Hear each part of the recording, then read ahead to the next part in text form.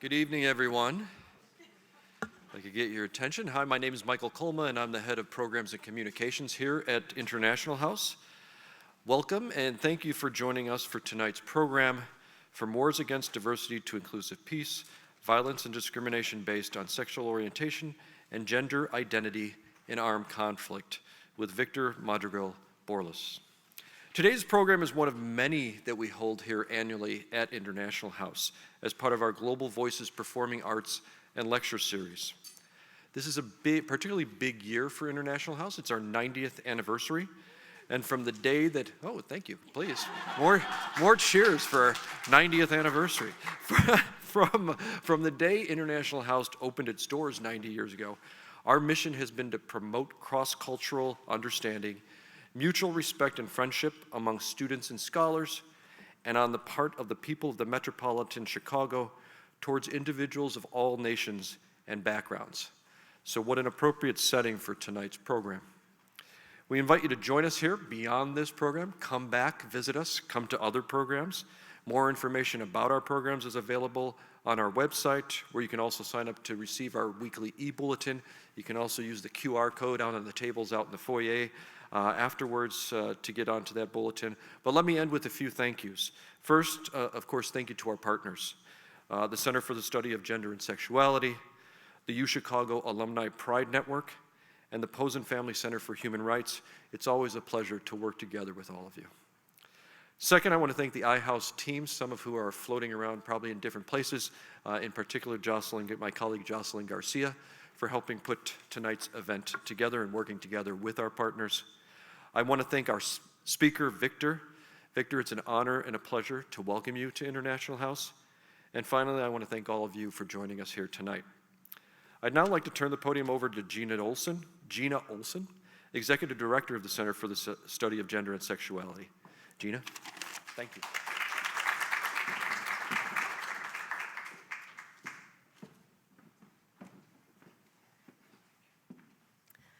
Good evening.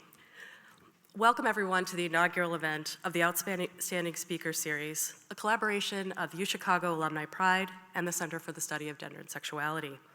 I am probably going to repeat a little bit of what Michael said in my thank yous, but I do want to thank our co-sponsors, the International House Global Voices Program and the Posen Family Center for Human Rights. I also want to say thank you to the board and membership of UChicago Alumni PRIDE for your commitment to establishing and endowing this series, and for spearheading the campaign over a five-year period. Thank you to the over 180 alumni and friends who contributed gifts to make the series a reality. And I also want to thank the staff of Alumni Relations and Development for their ongoing support of the campaign. And to Professor Linda Zerilli, under whose leadership at the CSGS this series was conceived. I'd also like to extend a special appreciation to my colleagues at the CSGS, Tate Brazos, Assistant Director for Programming and Operations, and Bonnie Cantor, Assistant Director for Student Affairs and Curriculum, for their expertise and labor in planning and preparation. And lastly, to Jocelyn Garcia of International House for her coordination and guidance. Thank you so much. This annual Distinguished Lecture Series will bring to the University of Chicago scholars, professionals, activists, and public figures who have made significant contributions to and on behalf of the LGBTQ community. We hope the series will expand the public discourse on gender and sexuality at the university and beyond, and that the people and work featured will serve as an inspiration to students, providing new opportunities and frameworks for future scholarship and public engagement. I also have the honor of announcing a new student prize endowed in conjunction with this series, the UChicago LGBTQ+ Community Engagement Award. The annual award, open to current UChicago graduate students and undergraduate students, will honor exceptional contributions that advance and support the interests of the LGBTQ community. The awardee will receive a prize of $500 and will be honored with the opportunity to speak publicly about the significance of their work and to introduce the invited distinguished speaker at the coming year's Outstanding Speakers Lecture. The call for nominations will open in winter quarter and the award will be announced in the spring. I would now like to introduce Colin Johnson, who is the board member of UChicago Alumni PRIDE. He's also Associate Professor of Gender Studies, American Studies, and History at Indiana University Bloomington and UChicago AB 96. Colin.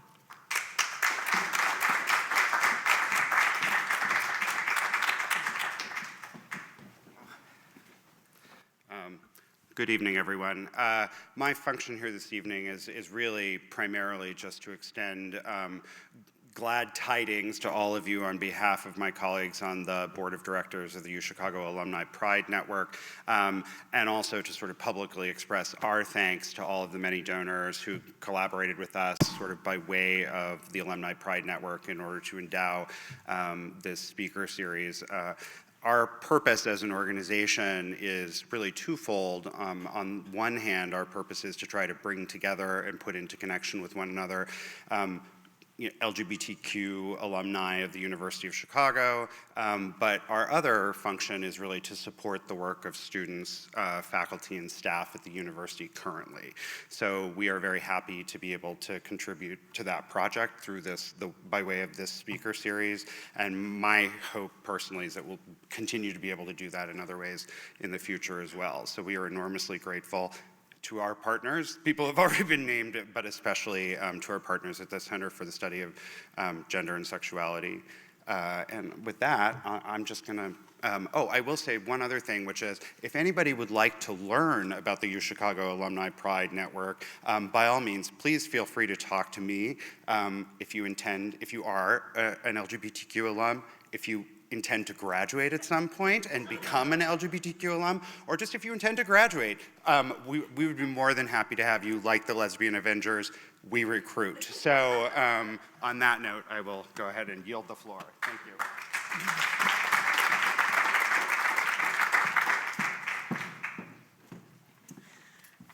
Hello, I'm Kristen Schilt. I'm the faculty director for the Center for the Study of Gender and Sexuality, and I'm so thrilled to be introducing our inaugural speaker for the Outstanding Speaker Series, Mr. Victor Madrigal-Borloz. As Gina and Colin both described, this series, this is our first time doing it, brings activists, scholars, and practitioners who are working on the front lines of LGBTQ social justice to our campus so we can learn about their work and potentially think about ways we might work together. And we could not have an inaugural speaker whose work more closely aligns with these goals and is working on some of the most pressing issues on gender and sexuality today.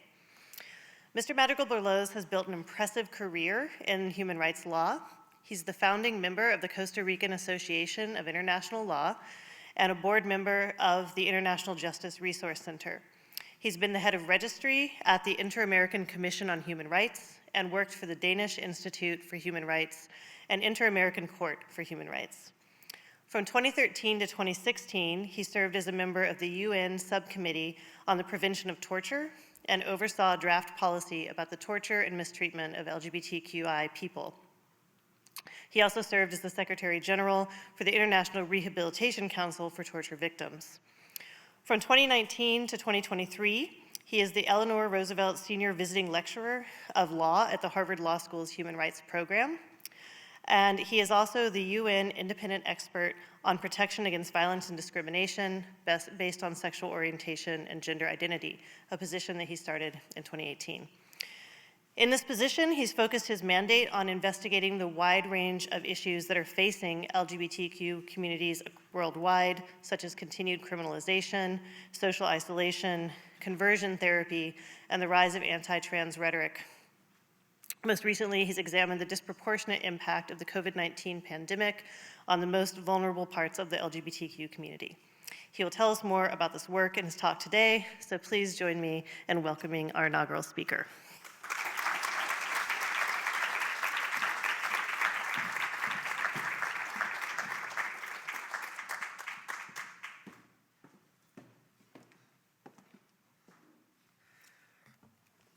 Good afternoon.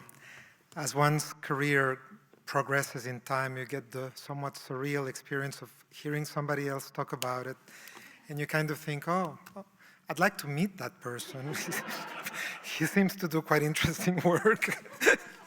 So thank you so much. I want to thank the Center for the Study of Gender and Sexuality at the University of Chicago, as well as International House, the Alumni PRIDE group, Michael, Kirsten, Gina, and Colin, thank you for your introductions and for your very generous words.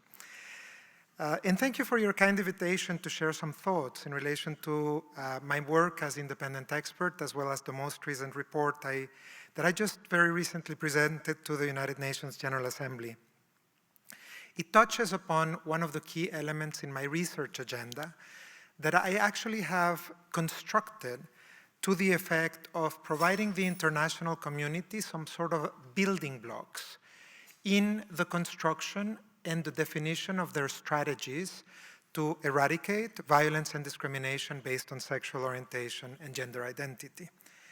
In a preliminary way, however, I would like to share with you that a week ago I was chatting with a friend of mine who came here, went here, is that the way you say it in English? And I'm not checking my messages, but I want to make sure that I'm accurate in what I say. I said, any tips for being successful or witty in your alma mater? I said, and he said, you need to say something about the Maroons. You want to make a joke that you've heard UChicago is the place where fun comes to die. And then he spoke about scholarship on geopolitical realism. And at that stage, he had gotten so complicated that I said, oh, I'll just give up. I will try to rely on other things. I do feel privileged to be part of the conversation for human rights that takes place in this alma mater. And I am thrilled to be here a little bit closer to the beginning of a year of activities, because I am sure that these are occasions for each one of us to actually reflect and take stock on what we have learned and how much we still have to learn, and to also go out of our zone of comfort and to ask new questions. And this is particularly important to me as independent expert, because as you can imagine, in the functions that I carry out, where I report to the Human Rights Council of the United Nations or to the General Assembly, is very often the case that one can actually end up reduced to a bubble. And it's actually quite important to have conversations that really challenge some of the perceptions that you may have formed while we are in. Now, I'm very lucky that I have many things to focus on and to think about, because, of course, since I speak to you as a mandate holder for one of what I consider to be one of the most extraordinary developments in international human rights law and in the international human rights machinery, and that I believe has now become part of a patrimony of humankind, not declared as such by the UNESCO or any other such institution, but something that I think humankind can use to further its search for freedom and equality for all, and the ability of all to seek happiness. And it's this mandate of the independent expert on protection from against violence and discrimination based on sexual orientation and gender identity. As I say that, I would actually like to make a first precision, which is this mandate is not defined only as the mandate on LGBTQ plus persons. It's actually wider than that, because what it focuses on is the idea that sexual orientation and gender identity are at the base of much discrimination and violence around the world, and that in many cases, peoples and community around the world do not necessarily identify under the acronym LGBTQ or any other acronym, and that pre-colonial ancestral communities have existed within the understanding of gender diversity even before the acronym or the political identity of LGBTQ+ existed. And therefore, my mandate ends up being a lot wider and able to capture other type of perspectives that are not necessarily reflected only in that political identity. Now, I secretly think that the way that this was defined was because at the United Nations, the discussion was so acrimonious, so difficult, that taking out the letters LGBT may have made something a little bit easier. However, I actually think that it has given me the scope to focus on populations and communities from a vantage point that is a bit wider, while of course not forgetting the importance of the political identities defined around the acronym as such. Now, what one would hope is that the creation of such a mandate, the mandate of the independent expert, would attest to an international consensus about the indispensable need to enhance effective action to protect persons from violence based on sexual orientation and gender identity. Unfortunately, daily acts of violence around the world provide the evidence to immediately dispel that notion. And we must make no mistake, a vicious cycle of hatred is being fueled every day, and it is being fueled every day in every latitude of the world. Treaty bodies and special procedures of the United Nations started their explicit work on protection from violence and discrimination based on SOGI, or sexual orientation and gender identity, some 3 decades ago. The legal theory used in one of the precedent-setting cases, Tunen, had privacy at the cornerstone. It was an approach that focused the protection of LGBT persons on the idea that the state should not interfere with what they did in the privacy of their bedroom, so to speak.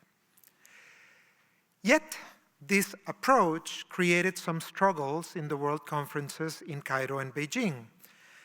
One scholar from the Global South put it to me recently in these words, and I quote, "In order to fight violence, women's rights groups have been historically demanding that states come into the bedroom. To achieve the same objective, gay rights groups historically demanded that it stay out." And clearly, the limitations of this approach, which was a remedial first step in the protection of the rights of LGBT persons, was not actually appropriate to deal with the issue once being LGBT and occupying space as LGBT became not only a question of sexual behavior, but a wider understanding of dignity in public space and in the way public space gets occupied. From individual manifestations as to the way one walks and one speaks and one has mannerisms, to groupal representations such as multitudinary pride events. The answer resided then on the extension of the understanding of the basis for protection and beginning to establish links with other elements of protection in the wider human rights machinery, and the connection with concepts such as freedom from mistreatment and torture, freedom of expression, freedom of religion and belief, and of course, the notion of dignity and the ability of being free and equal are the ones that have been explored over the last 20 years in relation to this work of protection. In my view, the creation of the mandate that I occupy, which was done in 2016, is a third stage in this evolution, of which Tunen was the second, and of course, absolute negation of the existence of LGBT people in every United Nations conversation was the first. And this third stage is the one in which it is accepted that it is necessary to articulate and to write the words sexual orientation and gender identity in the framework of development, in the framework of peace and security, and of course, in the framework of human rights. The resolution that created my mandate asked me to address multiple intersecting and aggravated forms of violence and discrimination that were faced by persons based on SOGI, and of course, by requiring me to analyze root causes and carry out intersectional analysis, it requires me to do multidimensional and interdisciplinary analysis of all factors, and that includes historical, includes socio-cultural, political, anthropological, that have all concurred to create an understanding of what is the quote-unquote desirable notion around the meaning that we attach to sex in a particular time and in a particular place. Intersectionality also, in my view, describes the dynamic process in which a distinctly unique life experience exists. And we will be the first generation worldwide to to face the demands and needs of generations of LGBT persons that have been able to live free and equal lives with their families in considerations of full equality, and yet are going now into retirement, into facilities that are not prepared to actually care for them, that in many cases replicate discrimination and violence in the same patterns that are reflected in the wider society, and in a situation where we know very little about the connectivity of the realities of being gay or lesbian or bisexual or trans with problems and health concerns that are significantly exacerbated during old age, including Alzheimer's, in relation to which there's strong evidence suggesting a connection between increased risk of Alzheimer's and gay men. So all of this is a complicated, multifaceted situation in which my mandate has been requested, and I would say has the privilege of actually carrying out this work. Now, some of you may know that this mandate was created in 2016 in the midst of a rather furious controversy. Regional blocs within the Human Rights Council, namely the Community of Independent States, the Organization of Islamic Cooperation, and the African Group, vociferously claimed that my mandate was a creature of the Global North or the Global West, that it answered to artificial concerns in relation to peoples, communities, and populations that do not exist under their jurisdictions, and that the creation of my mandate actually threatened to create a schism in the community of nations. Before that argumentation, or beneath that argumentation, laid, in my view, a powerful, evoking a powerful call for galvanization of certain political bases, and that was the accusation that the mandate was created to promote homosexuality and to promote same-sex marriage around the world. And these concerns and political narratives made their way to the Human Rights Council and to the General Assembly of the United Nations. And it took the resolve of thousands of civil society organizations and supportive states to see it through. Now, what a privilege and what a responsibility to be the custodian of these expectations. The mandate has been renewed twice in the last 7 years, the last time this year, and I would hope to tell you that by now it has become understood that the evidence that we all have made available actually requires that this be a mandate that is pretty much renewed automatically. Alas, that is not the case. In the last Human Rights Council, to a proposal for amendment that actually suggested the elimination of the word sexual orientation and gender identity from the whole resolution, which would have turned me the independent expert on violence and discrimination around the world, on every reason. I would have resigned, of course, because I think that was a little bit more than what I signed up for.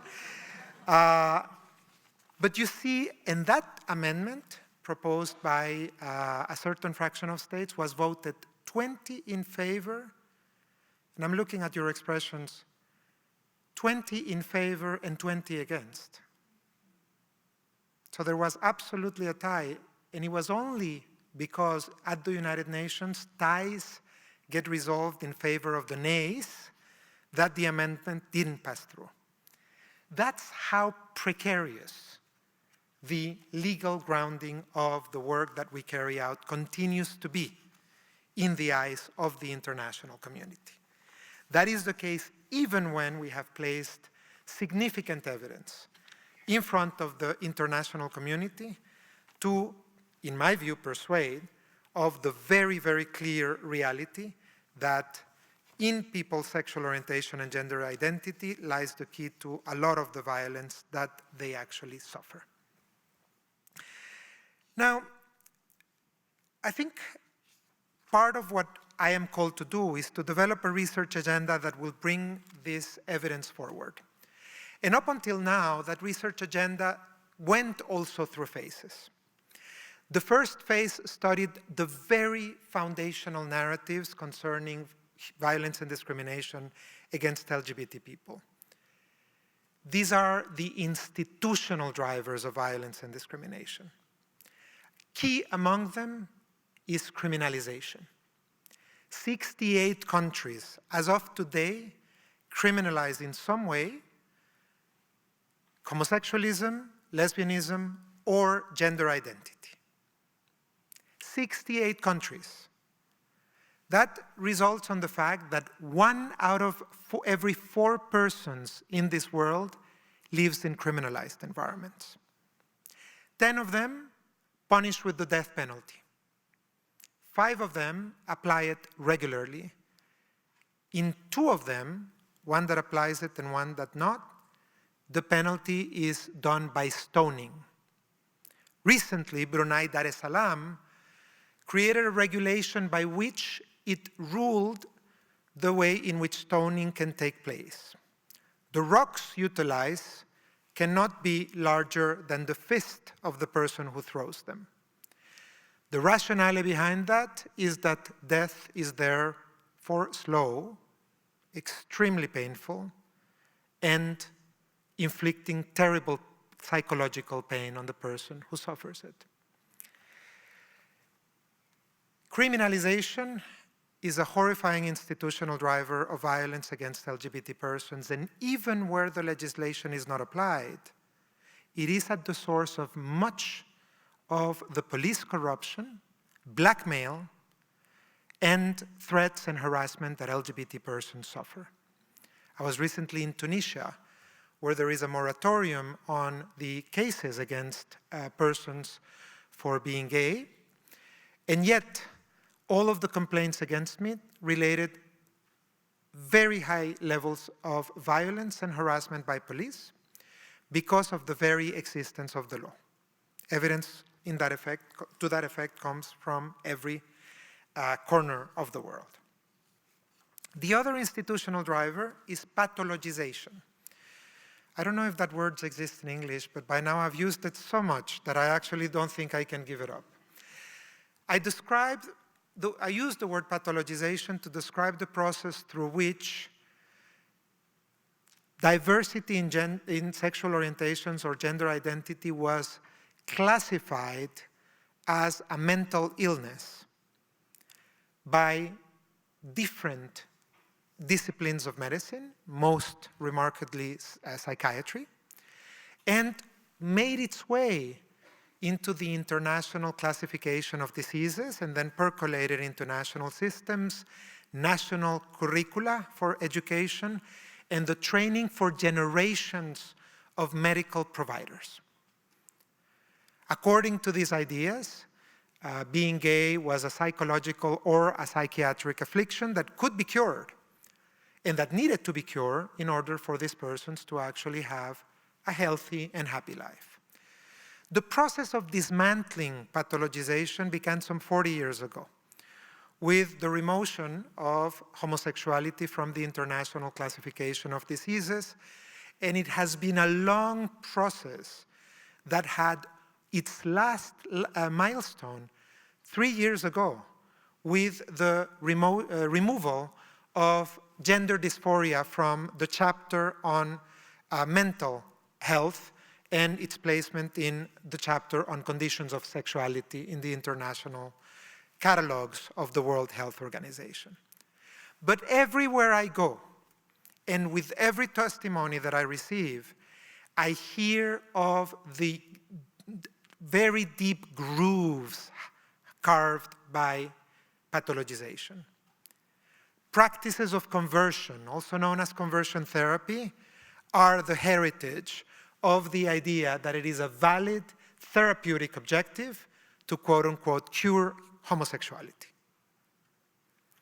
And there are horrifying cases of pathologizing requirements for legal gender recognition, one of which I was horrified to hear in my visit to Georgia, and that included that among the requirements for recognition of being a trans man, there was the amputation of the middle finger of one hand so that a prosthetic penis could be built artificially with the skin and human material that came from the finger.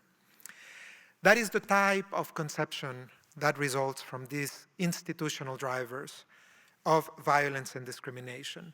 And they all touch upon what I call the third institutional driver, which is demonization. In my lexicon, the misuse of religious narratives to actually justify violence against LGBT people on the basis that they are perceived to be, by their very nature, immoral, and by their very nature not having the ability of being spiritual beings.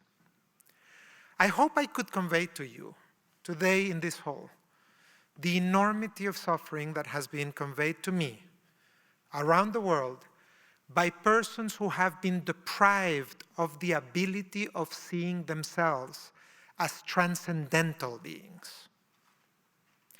When you're told that you're intranscendent, you're basically being told that you're nothing. And this is what, around the world, LGBT people get told every day, that by virtue of their own nature, they are nothing. The damage that this, I don't know whether I can put in legal language non-accession to spirituality. I know it's going to be very difficult on my next report, which is going to be on religion.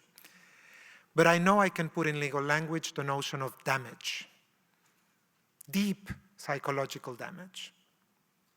And I think that it's important that this becomes a catalog in the understanding of international human rights bodies. Once we had explored those basic topics of the institutional drivers, my mandate moved on to considerations of social inclusion. And I began to study the way in which LGBT people are excluded from employment, from education, from housing, from health systems. And a whole series of reports have actually explored how these drivers impact on systematic exclusion of these persons. For long times, LGBT persons have been in situations of rupture with the states and the structures that are meant to protect citizens and all others under their jurisdiction. They have been in that situation of rupture because these criminalizing structures have messaged to them that the law is the enemy. And therefore, they have been excluded from really being able to integrate sectors in a completely comprehensive way. Surveys that have been presented to me have alluded constantly to the exclusion of housing. Same-sex couples in Sri Lanka, I had access to one, were only 1/10 as likely to get a housing contract than non-LGBT couples, and so on and so forth.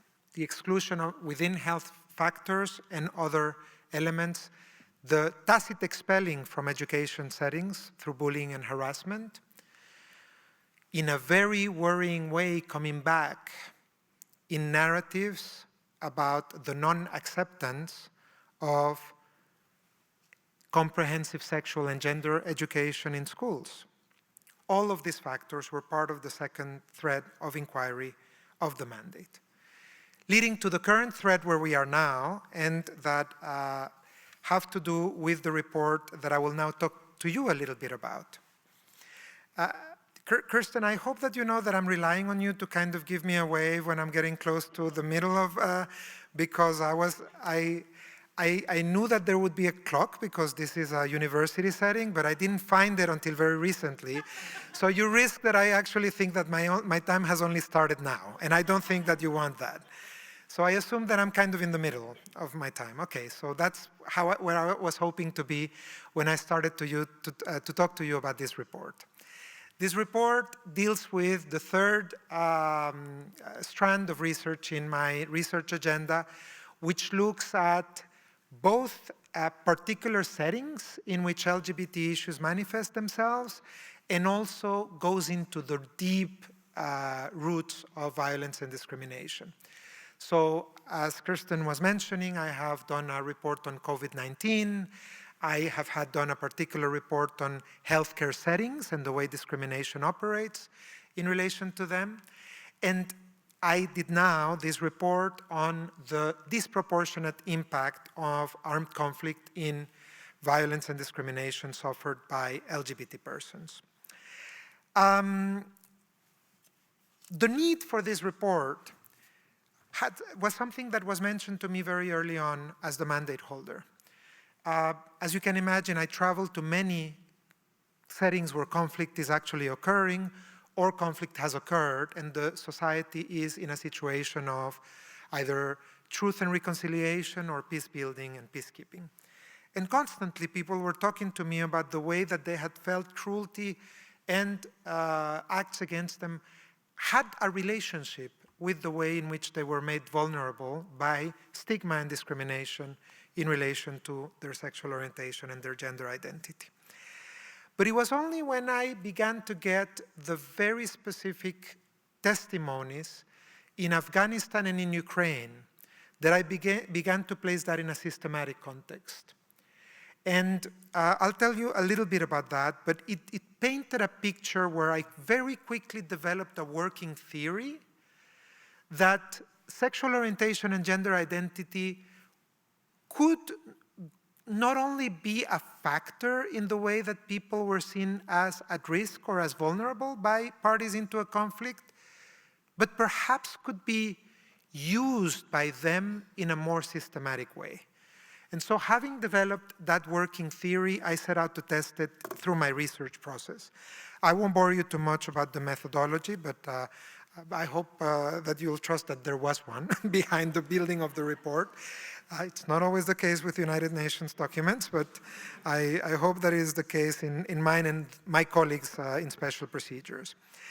The working theory was also complemented by two factors. One of them is my work on gender-based frameworks, where I have concluded that gender-based frameworks, and in particular notions of intersectional approaches, are very useful and provide a very sharp lens to understand the asymmetries of power that lie at the base of violence and discrimination. And so understanding that this also had to do with not only gender-based frameworks, but also gender-based violence in conflict was a big part of this report.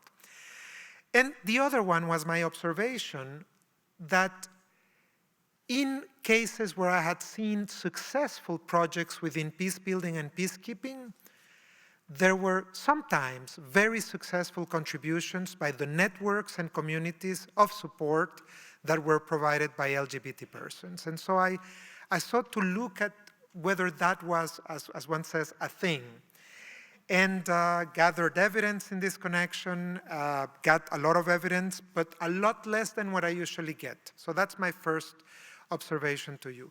I usually get no less than 150 inputs for each one of my reports from states and from civil society organizations.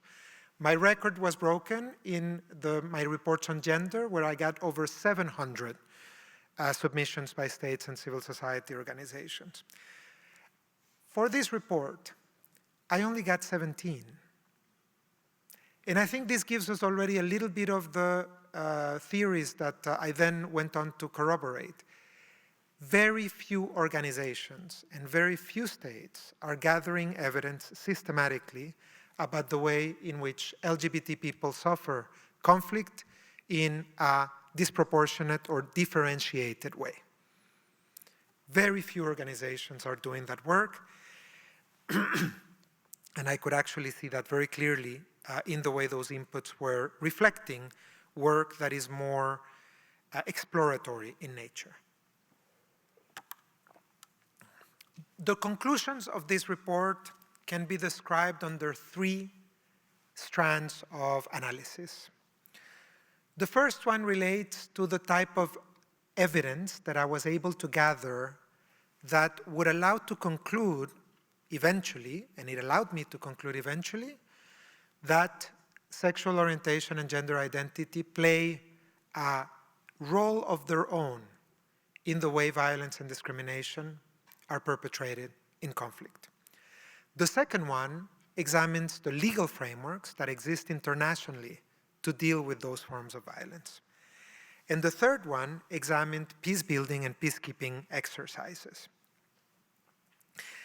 In the first strand of analysis, that of the evidence, I can relate to you, and of course this is a lot more in detail. I won't go through the exercise of reading the report. You don't deserve that.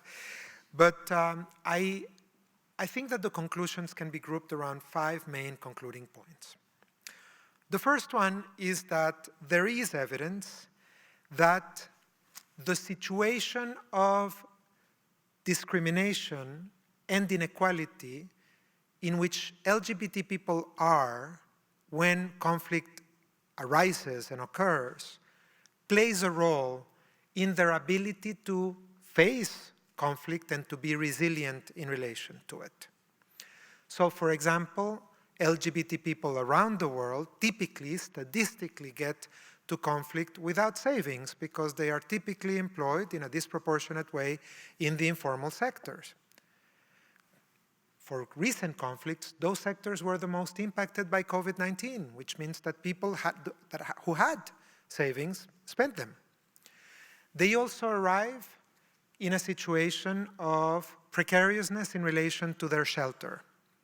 LGBT persons are overrepresented in homeless populations and populations that rely on informal arrangements for their housing. Typically, amongst these populations, lesbian women are suffering enormous disproportionate exclusion from housing, including in many contexts their very inability to hold contracts that actually allows them access to housing.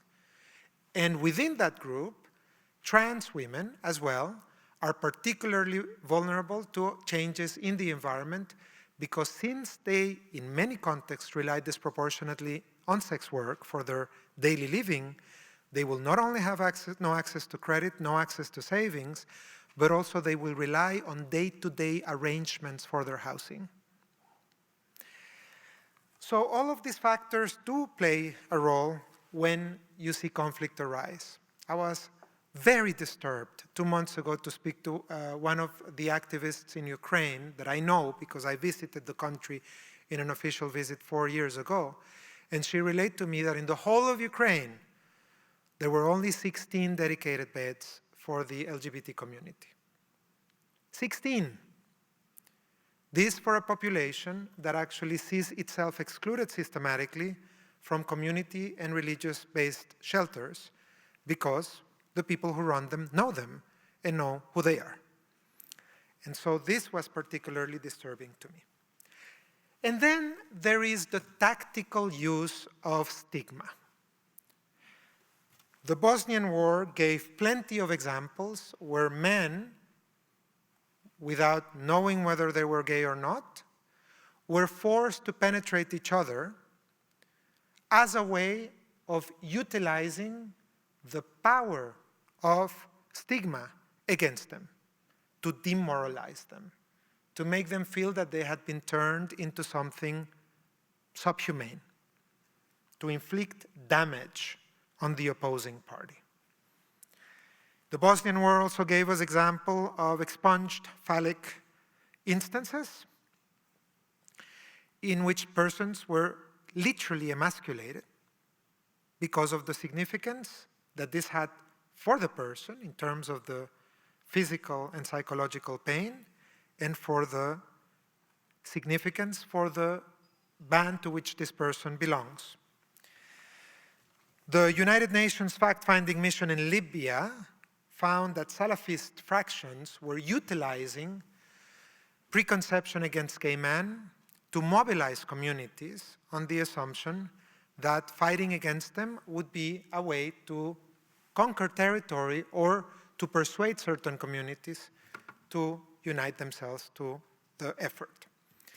If this sounds familiar to any kind of rhetoric issued by, for example, Mr. Putin to justify his invasion of Ukraine, to the effect that Ukraine was being, quote-unquote, invaded by Western agendas of homosexuality, and that we already saw in 2014 implemented after the invasion of Crimea, with the underlining of measures in relation to LGBT persons, well, it's because it's no coincidence. It's the way that parties in a conflict have been tactically utilizing stigma in this way. That leads the structural factors leading and the tactical use lead to a further conclusion in my report, is that I believe, and I think the evidence strongly suggests, that in certain conflicts, these factors have been taken as a strategic opportunity by parties in conflict. That by exploiting the particular way in which stigma operates in a particular community or a particular society, they have seen a strategic opportunity to inflict that type of damage and, again, to demoralize, to inflict damage, or to portray the opposing party as demonic, as sick, or as antisocial. The most extreme of cases, I think by now you guess, have been relayed to me in testimonies. Another way in which this manifests, and that has a significant point of intersection, is forms of gender-based violence against women, and in particular against lesbian women, which in the case of lesbian women has the heinously called element of being corrective. Rape, so-called corrective, to eliminate the anti-state or non-patriotic nature of lesbian women who in the popular imagination refuse to have children and are going to give the country to immigrants. That was a testimony relayed to me by a woman in Ukraine. She was told that. And so, I began to gather evidence to the way in which some of these instructions actually will have been part of a strategic approach to war. And there are, as I said, elements of evidence that strongly point out to that conclusion. That led to the fourth conclusion in this part of the report, which is the creation of a concept that would be able to articulate in a legal way, in a juridical way, the use of these opportunities. And that comes in my report as a concept called weaponization of prejudice. I'm borrowing that in a way from a Colombian scholar and from the Colombian Truth and Reconciliation Commission, an effort which spoke of violencia por prejuicio, violence perpetrated through prejudice. I translated it not only from Spanish, but into a language that the mandate is now using into instrumentalization of prejudice, because I wanted to underline this strategic and tactical use that it takes. And it is possible to see shreds of evidence of that concept arising in the work of the group of eminent experts in Yemen, where violence against gay men was identified as one of the factors being used, the Truth and Reconciliation Commission in Peru, where it was articulated in the way that lesbian women, bisexual women, and trans women suffered in a differentiated way, and lastly, the Colombian peace effort, the report of which actually created a whole chapter in relation to this issue on the basis of testimonies from hundreds of LGBT persons who suffered deep and disturbing violations to their human rights.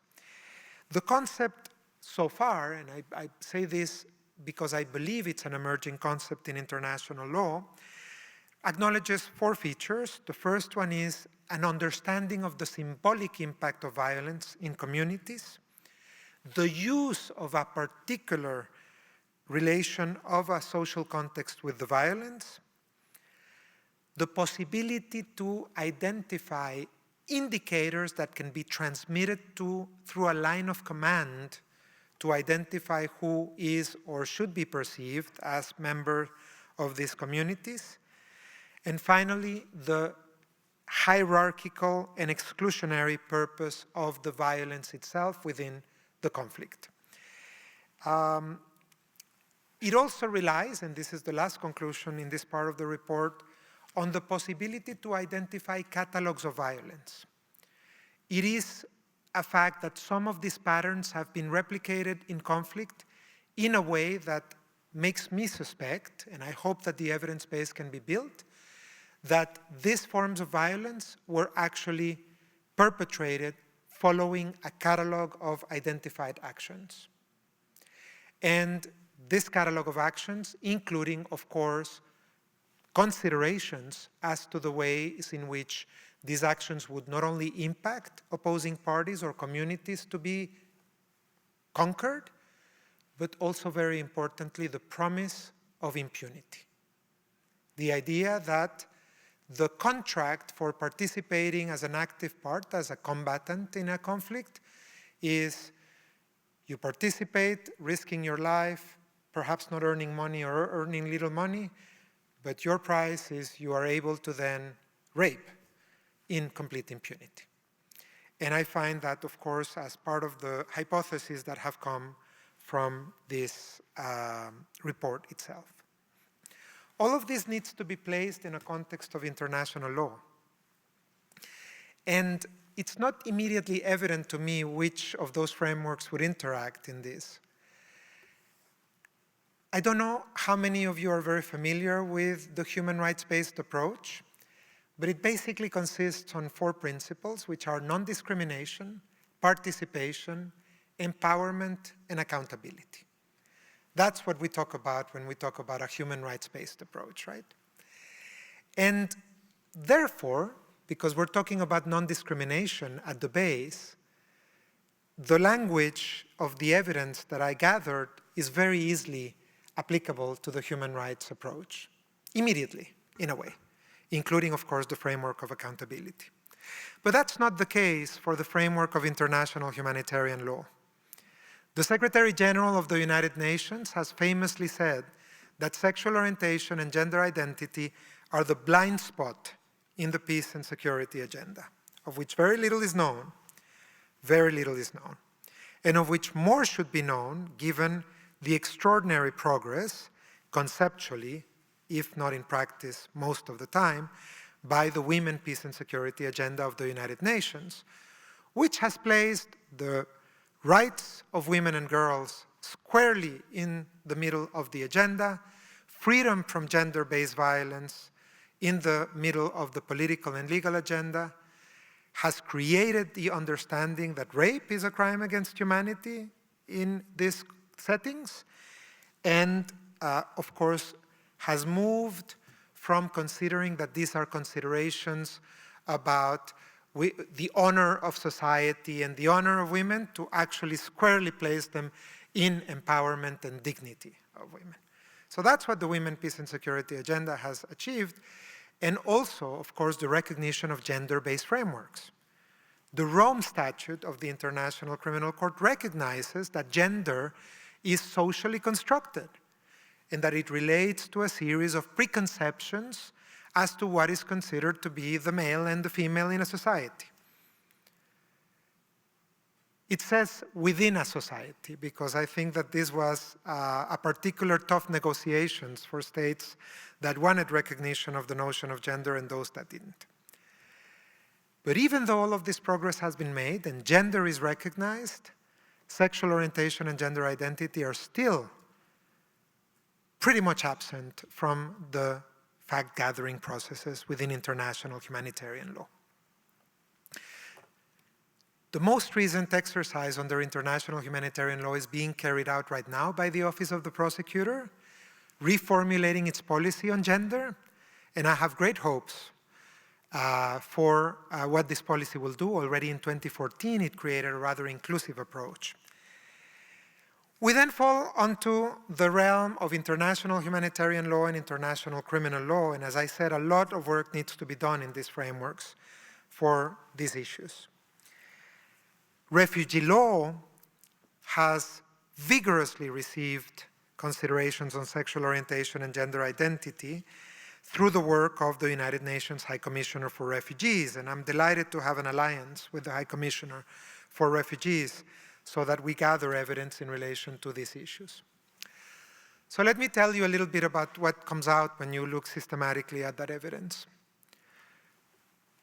LGBT people face harrowing consequences attached to preconception and stigma from the very first moment that they begin to be on the move. It's equally the case if they are displaced internally or if they need to cross borders. They typically flee the situations created by this context that I've been relating to you.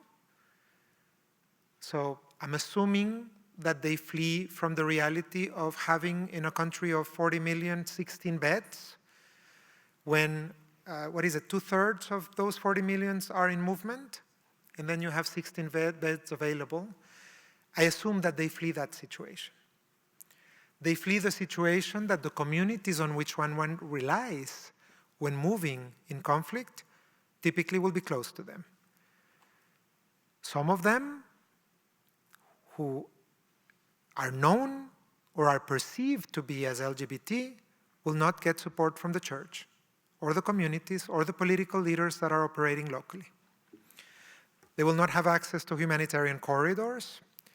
And in the case of Ukraine, we saw the massive case of trans women who were not able to leave the country because of the possibility of conscription. In most of their cases, they were not legally recognized as women. They had not obtained legal recognition, and therefore they were not able to leave the country, as was their right to do. I'm not issuing any statement about conscription or about whether it's good or bad. I'm just saying they were in the category that was allowed to leave the country and not in the category that was supposed to stay. And yet, because of lack of legal recognition, they were not able to. Safe houses, medical facilities, and so on and so forth. And when they move, they go through settlements that actually are replicating the very same structures. And when they cross border, they go through crossings in which guards are replicating the same structures of stigma and violence.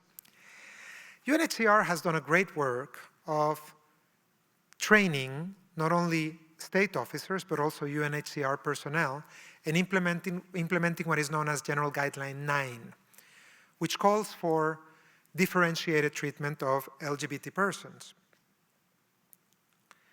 And yet, when the Taliban took over Afghanistan, LGBT people also chose not to leave because they wanted to stay in their communities for reasons that were their own. Those that wanted to leave got placed in sloppy lists that got circulated through non-secure servers all around the world. As many as 2,000 names were in some lists that I was horrified to receive, sometimes in massive emails. 90% of them are still in Afghanistan. 90% of persons that actually have been in those lists that are clearly very easily accessible. The State Department, when the Russian invasion happened of Ukraine, the State Department issued concerns because of information about a kill list issued by Russian invaders that would have in it about 150 LGBT leaders in the community. So of course, all of these issues impact on people moving and on people being justified to move. As I said, challenges present themselves in all parts of the process, and they present themselves also in anti-migrant and anti-refugee rhetoric so prevalent in the global West and the global North today. And that affects many other communities and populations, of course. So the framework of refugee law, receptive to it, but extremely, extremely lacking breadth of implementation, as we know as of today. There is, of course, hope everywhere and every time, and the hope is given by the way we understand peace building occurs. In every conflict, there will be at some point a situation where the conflict is resolved. History tells us that. When that happens, there is so far very little evidence of involvement of LGBT communities in the peace-building process. My report attests to only 9 peace-building processes and treaties making some form of reference to sexual orientation and gender identity. The Good Friday agreements were the first ones to do so. The last to do so was the Colombian agreement, which specifically adopted a gender-based approach. What we know is that in efforts that have negated or made invisible this factor, decades later, the stories come out to haunt us of how this was also used as a strategic and a tactical opportunity. In Sierra Leone, when the conflict occurred, it has been documented that some 250,000 women were victims of gender-based violence. There are testimonies that that type of violence would have impacted systematically also men perceived as feminine or as gay. Yet there is not one single case documented of that type of violence. What we know is that 2 or 3 decades later, men who were in Senegal or in Tunisia or in Paris came out with their life stories and said that they would never have rendered testimony in the truth-making efforts because they knew that they were going to be mistreated and the violence against them was going to be negated. And if this sounds familiar for all of those working on gender-based violence, I'm sure that it is because we all see that these are the mechanisms in which this type of violence gets denied, gets made invisible, and therefore perpetuates impunity.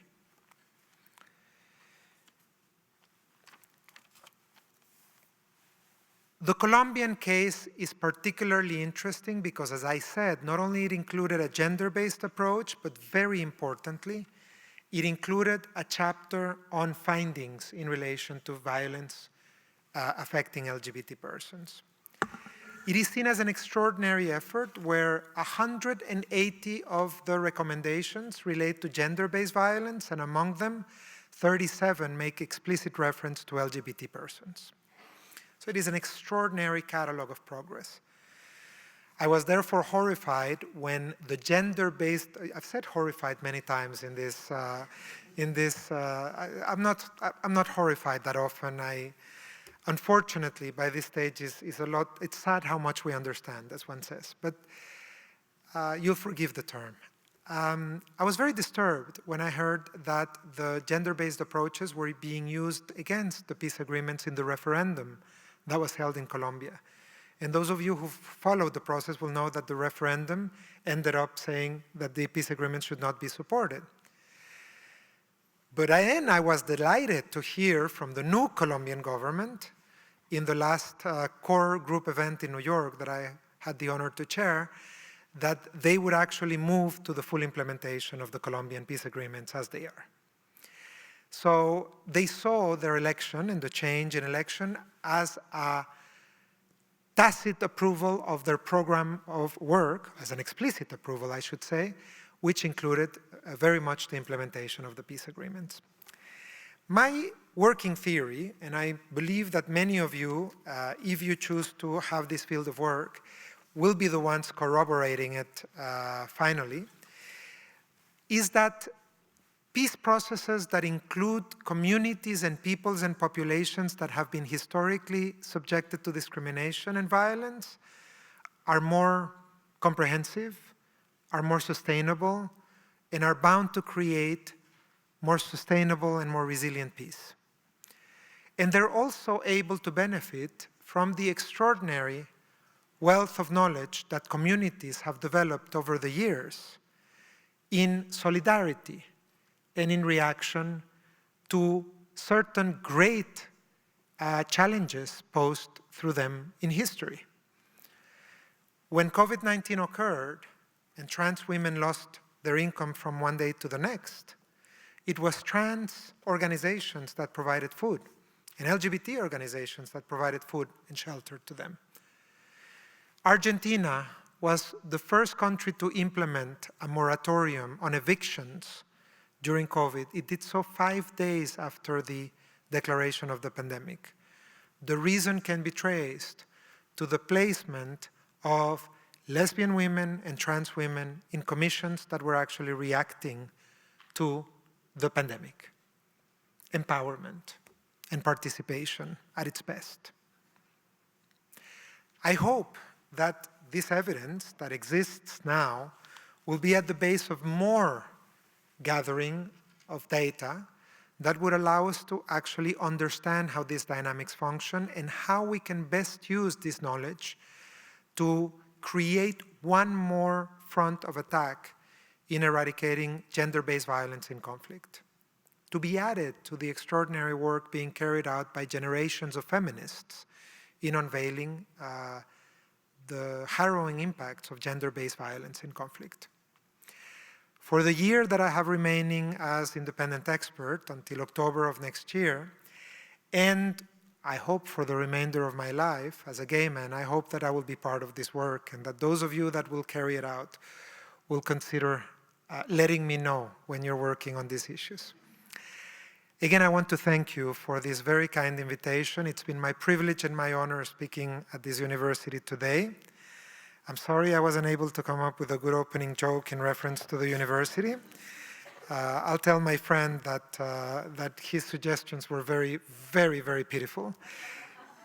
And I thank you and I look forward to our conversation. Thank you very much.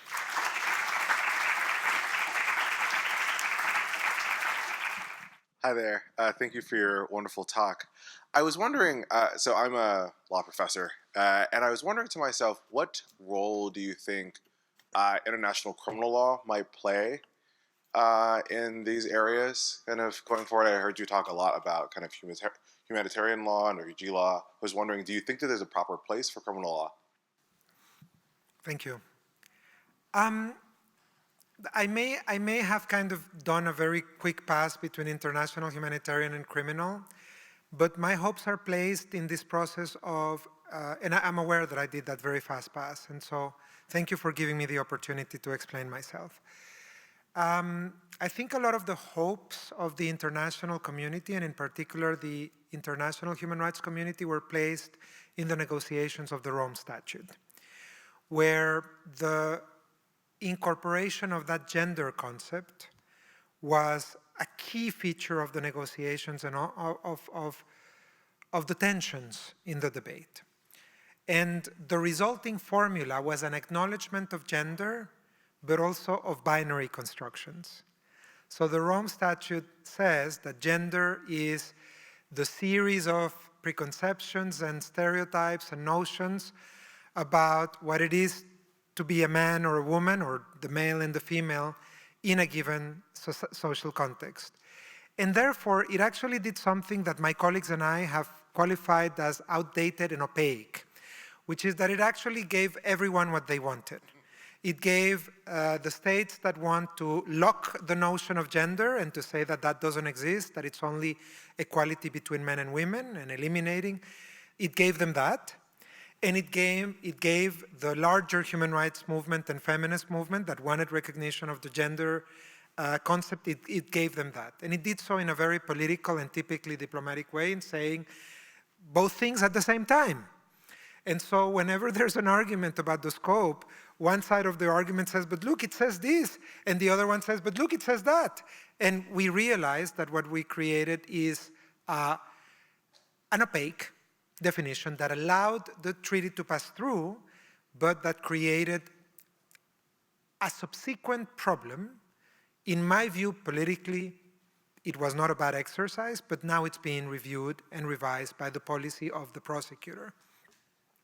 The policy of the prosecutor of the International Criminal Court actually was revised already in 2014, and it actually reflected a more expansive understanding of gender that moved beyond the binary, right? So it already is able, the ICC or the prosecutor, to take into account identities that live beyond the binary, right? But still needed some work, so now there's a further review being carried out. There's a very eminent United States scholar, Lisa David from NYU, who's leading the exercise of review of this process, and I've been a part of it by providing input, which goes very much in the lines of what I've said to you today, which is, I think that it needs to be, that expansive understanding needs to be formally included. Now, I'd of course love the views of persons who have been working in this field as well. Prosecutions under this ground are not only rare, I think they're inexistent, right? So there's a difficulty to raising the cases concerning these issues. And if the experience of the tribunal in the former Yugoslavia and other international tribunals and commissions of inquiry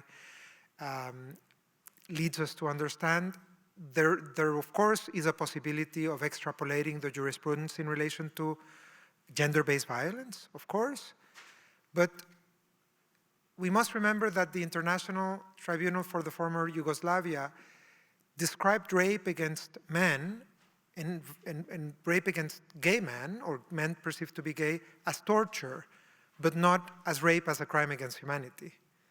So there is a divide there, a conceptual divide that needs to be crossed. And I think that's how I would place things in international criminal law. Now, I wrote this report with great trepidation because I'm a human rights person, and that's not a very technical description. I've been trained as a lawyer within the human rights-based approach that I described, not in international criminal law and international humanitarian law. And I understand and very much respect the surgical precision that this discipline gives to terminology. So you will see a very tentative language in my report, and it's because I saw this report as a conversation starter rather than a definite view on things. And my political intent, I already told you the juridical intent, which was to carry out this inquiry, but my political intent was to place this issue in the agenda of the peace and security architecture of the United Nations.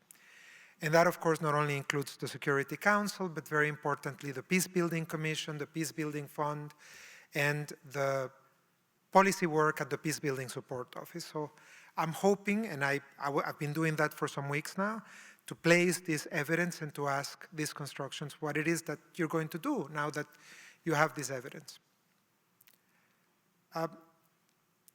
Yeah, I have something that is Security Council related that I can tell if somebody asks me a question relating to the Security Council, but that will be another thing.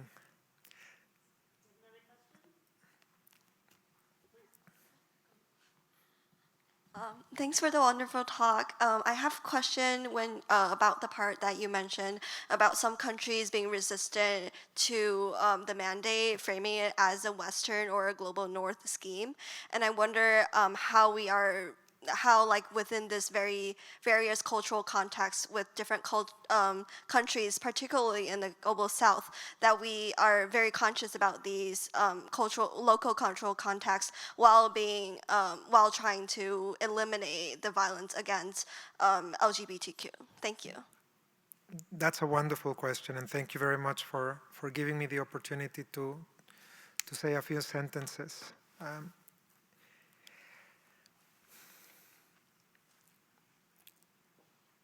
I think the findings of the mandate are that you can always have dialogue with entities that hold very entrenched political views about the human rights of LGBT persons as LGBT persons, if you take point of departure on the way my mandate is created, which is why I think that its creation is of political genius. I didn't have anything to do with it. That's why I can say that. One can I think agree on a lot if you take point of departure in identifying violence and discrimination based on sexual orientation and gender identity as the point of departure. I have spoken with very, very conservative leaders in contexts that are seen as very regressive in relation to LGBT rights or the rights of LGBT persons.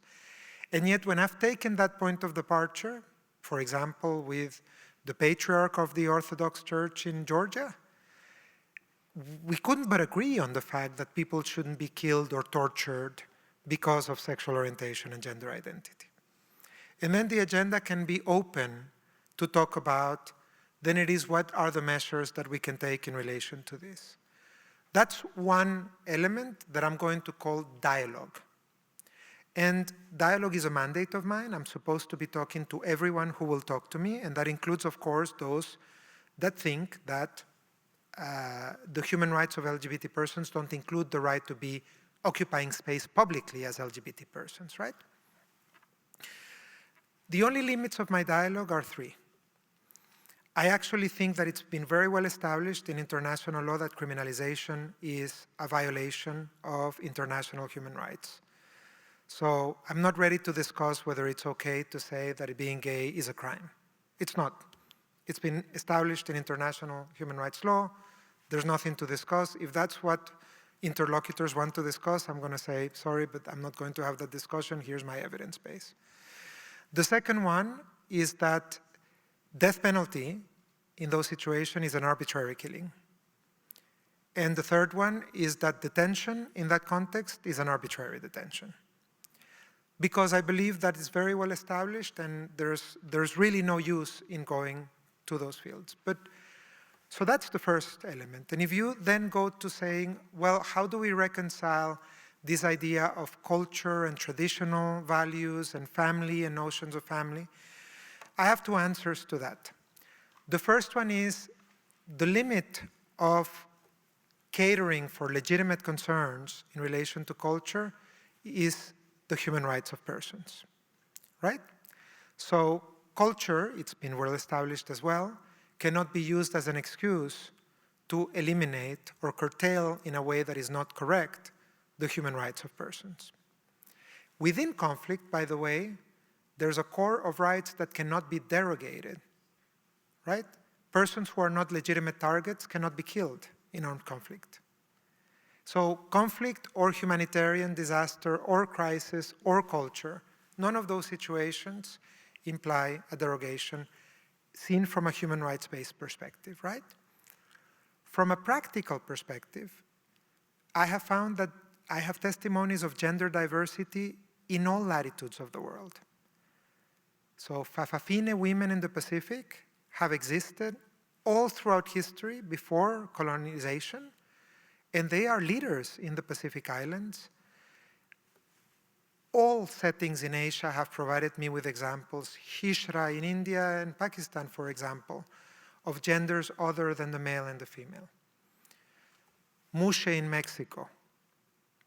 So gender diversity appears to have been rather the norm rather than an exception to be extricated from society in pre-colonial times.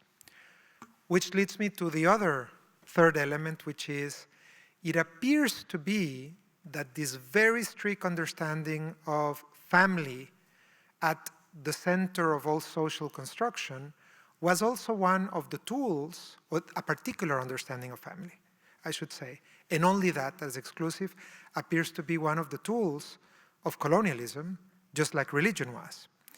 And so when I lived in Mozambique a number of years back, I actually learned and researched a bit on the fact that the main structure for solidarity in Mozambique was actually tribes.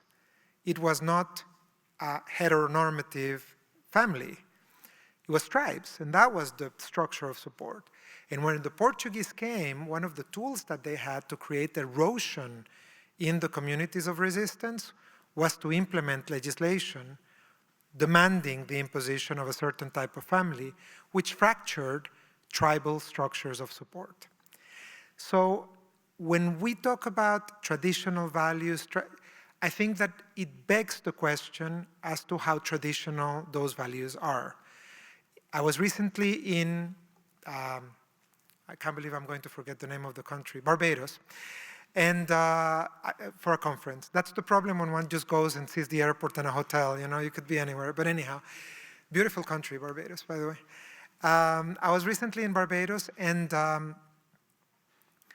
I was surprised at the extent to which political leaders that I met were eager to tell me that the defense of the legislation against homosexuality was part of their traditional values, considering that it was imposed by the British through imperial legislation during the colonization, and how vehemently they assured me that the social fabric of that country was actually to be relying on that. This is the argument that Jamaican officers offer, that officers in countries that have deeply entrenched argumentation and maintain criminalization would offer. And so I think that it begs the question about what are we talking about when we talk about these traditional values, and do they really form a part of tradition and culture, and to what extent then do they need to be understood as being compatible or incompatible with the human rights of LGBT persons. You've heard me say that expression rather than LGBT rights, and it's because I am convinced that there's no new right of which LGBT people enjoys, right? They're human rights that happen to be enjoyed by people who are LGBT. But I usually don't use the expression LGBT rights for that reason. Okay, thank you so much for this great conversation. I was wondering, I'm curious about the fact that LGBTQ people usually, under normal circumstances, are more easily victimized into human trafficking. And I was wondering if you have considered the issue in conflict settings or when escaping conflict settings. Thank you. What a great question. I hadn't really looked into that area of concern, human trafficking and the context of sexual orientation and gender identity. And then I began to get testimonies of people who were entering the refugee flows and actually were giving testimony about being subject to human trafficking. And it became immediately apparent to me that in some cases, there's populations that are more at risk of being subject to human trafficking because of the very circumstances that they don't have access to, family structures of support, economic precariousness, and so on and so forth. The evidence that I've received so far, this is not an area in which I've researched systematically, but the evidence that I've received so far has really been lesbian women and trans women that have been trafficked, I think it's the expression, and that I could link directly their sexual orientation or gender identity to the factors that built a situation where then they were trafficked. And two of the other things that I actually think need more research in relation to this is the way that the testimonies of these persons and their evidence is incorporated in the systems that within every receiving country are put in place to deal with human trafficking, right? Because it appears to me that they are typically not included in those settings, and that there may be factors of exclusion that are also social in relation to that, just like in many other things affecting and impacting refugee persons. There is a United Nations Special Rapporteur on human trafficking, and Rapporteur Mulali and I have been trying to work together on some sort of little research that would actually give us some evidence in that. So good ideas are very welcome. Thanks for that amazing, informative, and also inspiring talk. So thank you. Yeah, my question really has to do with, I was at a conference just last week, which was on anti-gender politics and anti-LGBTQ politics. And basically what came out of that was really how, countries that have maybe not been completely central, but certainly within, let's say, the European Union, et cetera, now are the rise of these new nationalisms and forms of authoritarianism that, to use your language, are weaponizing prejudice specifically against LGBTQ persons and also against women and men who don't accept their biological destiny in one form or another. And I was wondering if you could say something about the challenges that these new nationalisms and authoritarianisms present for someone like you who's trying to, create this, you have a mandate, and you're working in countries now that you have to add to those countries. You have to add countries that were seen as once, sort of they were the bastion of humanitarian rights. But now we have these forms of authoritarianism also at home that are marshaling or weaponizing prejudice. Thank you. And thank you for your kind words. They're very much appreciated. So we have until 9 o'clock, right, Kristen? I know we don't. I don't mean to make you nervous. So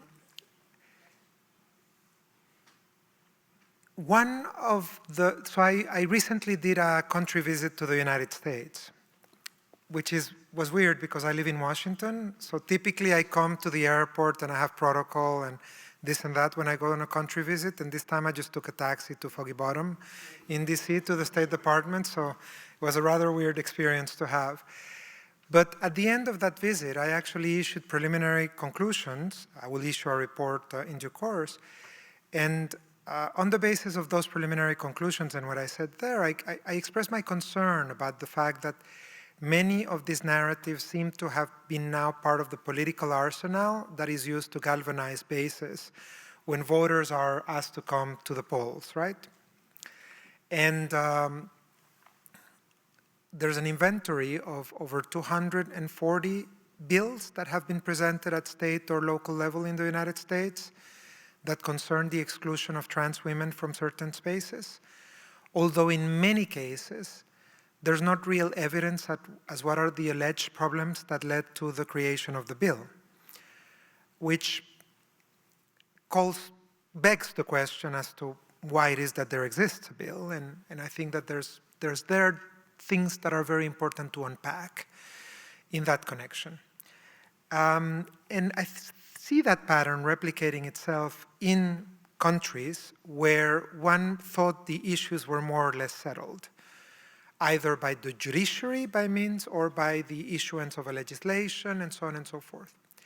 And I think there are three questions, and undoubtedly it raises another flank of work that I need to do, because then I need to develop a language that can explain how much the approaches that I'm working with are hopeful to be respectful of gender-based violence and at the same time to cater for sexual orientation and gender identity-based violence, right?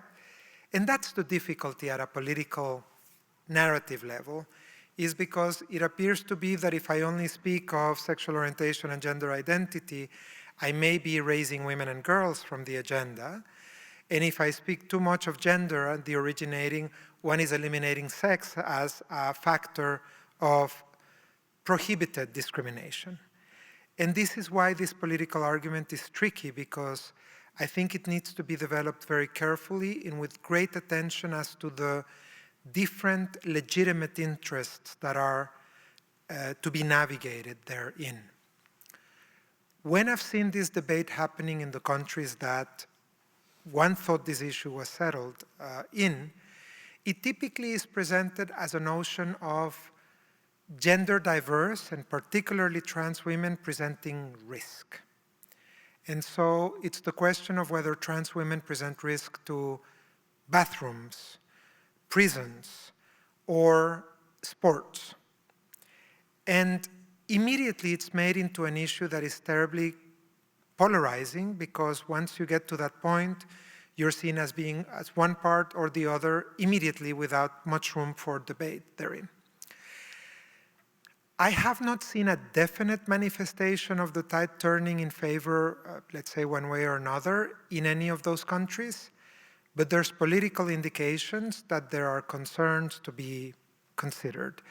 So we all know that a few months ago, the British Parliament was about to consider a bill that banned practices of conversion on the basis of sexual orientation and gender identity, and Prime Minister Johnson in a summary way, took out gender identity from the bill and left sexual orientation, which is I think one of the elements that this agenda for discussion has, is to divide, to say sexual orientation is one thing and you should not have that agenda jointly with gender identity, which in my case is very difficult because my mandate is for both, but besides the formalistic approach, I also think that there's a genuine approach in which the drivers of violence are the same, and therefore there's reason to have a common agenda in evidence gathering and activism and so on and so forth. This will be the discussion that we're having over the next 5 years. This will be the discussion that we're having over the next 5 years because of the way that it has been used. I know I'm going beyond your question, but I'm going to take the opportunity to say something. It won't be about the Security Council because nobody asked me about that. But anyhow, the reception is, but it's not a secret. It's not like I'm going to tell you something that will. But I wanted to go a bit beyond and to share with you that in my view, the huge problem that these agendas that are trying to negate the legitimacy in the lives of trans men and trans women, is that they are only an intermediate stop in the larger war. They're the battle. But I have the theory that the war is for sexual and reproductive rights and for the bodily autonomy of women. And I think that the reason the argument is so vicious against trans women is because they represent with their existence the proof that you can depart radically from the determinism of your biology and still lead a happy, free, equal, legally recognized life. And because that departure is so fundamental and so radical, its existence is a threat for those who say that women have a role to fulfill in childbearing. So that's why I believe that these agendas are connected. And now I go back to your real question. You must feel cheated. I don't think that I've seen the articulation of a complete denial of these factors in these countries. Just like I have said now in the United States and in the UK, in Scotland, in Spain, wherever the argument is boiling, I see it as deeply contested. And so the political will at the level of the United Nations hasn't really changed, the way in these things are seen. It's more for the domestic stage that this rhetoric is sold. That rhetoric doesn't sell. It doesn't make anybody change camps in the United Nations. It changes internally. And this is why I tend to see it less, I think.